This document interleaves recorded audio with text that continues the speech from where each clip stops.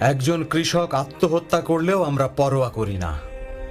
এটা দৈনিক পত্রিকার একটা মামুলি খবরে পরিণত হয়েছে। একজন কৃষকের মৃত্যুতে যে কি পরিমাণ ক্ষতি হয় সেটা আমরা বুঝতেও পারি না।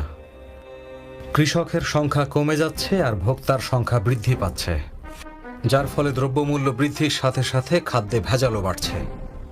আর এভাবে যদি চলতে থাকে তাহলে আপনার ভবিষ্যৎ প্রজন্মের হাসপাতালের খরচটাও জুটবে না। জমির দাম বাড়ছে আর কৃষকের দাম কমছে। জমির দাম বাড়ার সাথে যদি আমরা ভবন নির্মাণ করতে থাকি, বাঁচার জন্য খাবো কি? এ কারণেই কোনো কৃষক তার ছেলেকে কৃষক বানাতে চায় না।